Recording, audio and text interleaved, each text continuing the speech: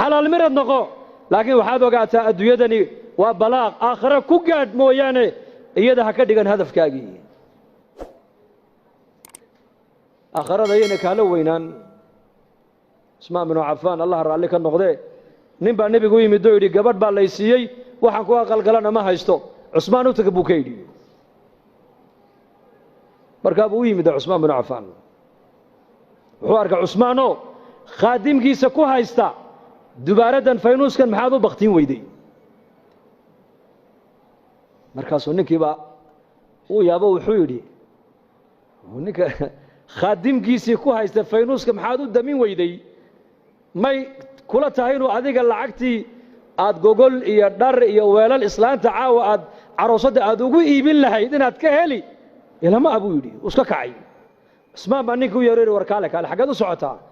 wallaahi de waxaan u socdayba war kale ahayd war kale meesha ka socday buu yidhi markaas maxaad aragtay maxaad u socoto de nabiga ay ka soo diray buu yidhi sallallahu alayhi wasallam oo yidhi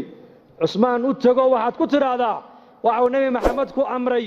wixii caawa aan arooska iyo reerkayga aan ku aqal galin lahaa hadday gogol tahay hadday dhar tahay hadday biil tahay hadday weelal tahay Usmaan ka qaad buu nabigu ugu yidhi de maxaad u kacday buu igu sheeg weyday de waxaan arkayaa ninkaaga faynuus ku dagaalamaya wax bixinaya buu yidhi faynuus baad ku dagaalamaysaa ood ku haysataa khadimkaagii wuxuu yidhi dhegaysa buu ka yidhi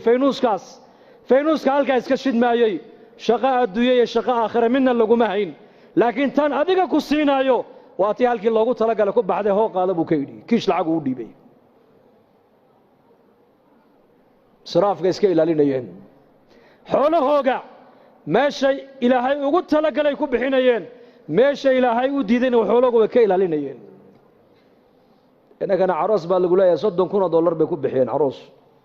$30,000 bugbac fanaaniin baa loo yeedhay fanaaniin maxaa ka dambeeya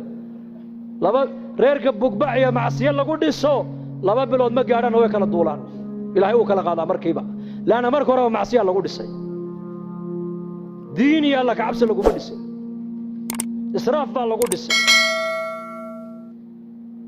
baatil baa asaas looga dhigay